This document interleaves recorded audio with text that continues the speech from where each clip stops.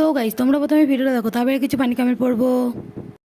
আজকে সুমির বাবা আমার কাছে ঝালমুড়ি মাখা খেতে চাইলো। যে খাবারটা ছেলে মেয়ে ভালো খায় সেই খাবারটাই আমাকে বাড়িতে বানিয়ে দিতে হয়, আর ছেলে মেয়ের জন্য আমাদেরও সবার খাওয়া হয়। সুমির বাবা খাওয়া দাওয়া নিয়ে কোনোদিনই আমাকে কিছু বলে না। আমি যে খাবারটাই দিই সেই খাবারটাই ভালো খেয়ে নেয়। সুমির বাবার এত কাজ থাকে যে বাড়িতে সুস্থ হয়ে থাকতেও পারে না। আজ সন্ধ্যায় বাড়ি ছিল বলে আবদার করলো ঝালমুড়ি মাখা খাবো, আর আমি দেরি না করে বাড়িতে যা যা ছিল সেটা দিয়ে আমি ঝালমুড়ি মাখা করে দিলাম। এই ঝালমুড়িটা আমি কি কি দিয়ে মাখা করলাম সেটাই তোমাদেরকে বলবো। প্রথমে আমি দিয়ে দিয়েছি মুড়ি আর 2 রকমের চানাচুর। তারপর আমি শসা, টমেটো, গাজর, কাঁচা লঙ্কা, আদা সবকিছু কুচিয়ে দিয়েছি, সঙ্গে ছোলা সিদ্ধ, লেবু, লবণ, তেলও দিয়েছি।